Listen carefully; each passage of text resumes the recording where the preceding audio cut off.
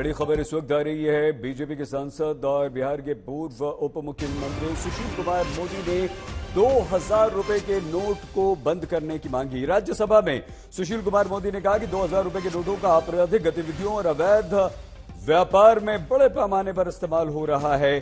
सरकार को इसे चरणबद्ध ढंग से बंद कर देना चाहिए। आइए जितेंद्र बहादुर सिंह हमारे संवाददाता के पास आपको लिए चलते हैं।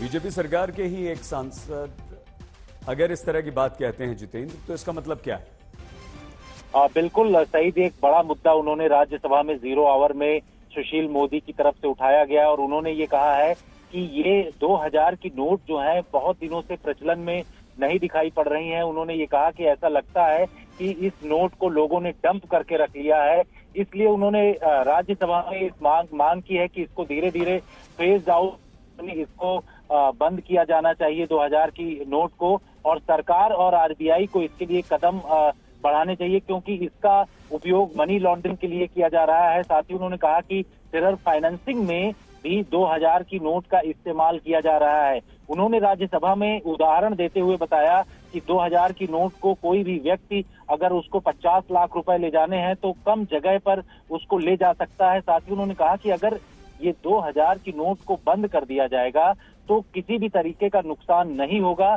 और ऐसी बातें कह करके उन्होंने सरकार को एक तरीके से इशारा दिया है कि जिस तरीके से 2000 की नोट इस समय मार्केट में कम दिखाई पड़ती हैं, आप बैंक के एटीएम में जाइए तो 500 की नोट निकलती है, 2000 की नोट नहीं निकलती है। तो ऐसे में उन्होंने ये कहा कि ये नोट जो है लोगों ने अपने पास डंप कर लिया है और कुछ ऐसे लोग हैं जो कि इसका इस्तेमाल मनी लॉन्ड्रिंग के लिए साथ ही टेरर फाइनेंसिंग में कर रहे हैं, जो कि देश के लिए खतरा हो सकता है। ऐसे में फेज आउट मैनर में 2000 की नोट को बंद किया जाना चाहिए।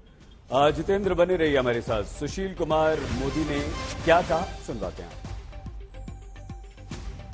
मार्केट में कहीं 2000 का जो गुलाबी नोट उसका दर्शन मुश्किल हो गया और सामान्य व्यापार में कहीं इस्तेमाल नहीं।